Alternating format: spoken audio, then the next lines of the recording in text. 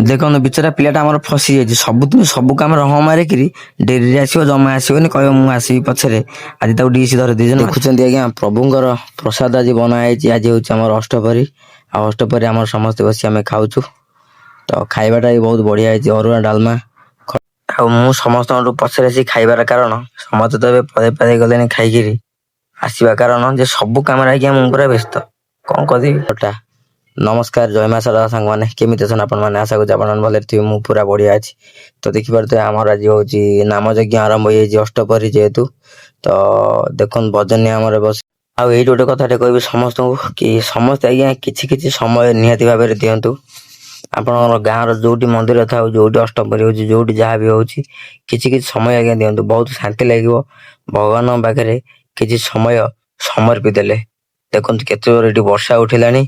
ଆଉ ବର୍ଷା ଉଠିଛି ମାନେ ଆଜିର ପାଗଟା ପୁରା ଏମିତି ଦେଖାଯାଇଛି। ଆଉ ଏଠି ଆମର ରାତିରେ ଯୋଉ ଖାଇବା ପାଇଁ ବସିବେ ଜାଗାଟା ପୁରା ସଫା ସୁତୁରା ହେଇଯାଇଛି। ଆଉ ଟିକେ ଟିକେ ସଫା ହବ, ପାଣି ପଡୁଛି। ଆଉ ଦେଖନ୍ତୁ ଏଠି ଆମ ମଙ୍ଗୁଆ ଡାଲମା ଡିସ୍ ଟାକୁ ମଜା ମଜି କରୁଛି। ମଙ୍ଗୁଆ କହିଲା ମୋ ବେଳା ଆଜି ପୁରା ଖରାପ। ଆଉ ଏଠି ଆମର ରାତି ପାଇଁ ପ୍ରିପାରେସନ ଚାଲିଛି। ସାଧା ମିକ୍ସଚର ହବ। ଏଠି ଆମର ଭାଇ ଜଣେ ଛଣାଛଣି କରୁଛନ୍ତି। ଆଉ ଏଠି ନନା ଫନା ସମସ୍ତେ ମିଶିକିରି ରୋଷେଇ କାର୍ଯ୍ୟରେ ପୁରା ବ୍ୟସ୍ତ।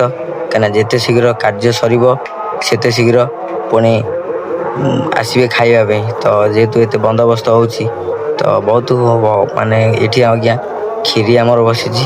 ଗୋଟେ ଖୁସି ଲାଗେ ଆଜ୍ଞା, ଯେତେବେଳେ ଗାଁରେ ଥିଲା ସମୟରେ ଯଦି ଏଇ ଅଷ୍ଟପହରି ଏରିକା ସବୁ ହବ, ବହୁତ ଖୁସି ଲାଗେ।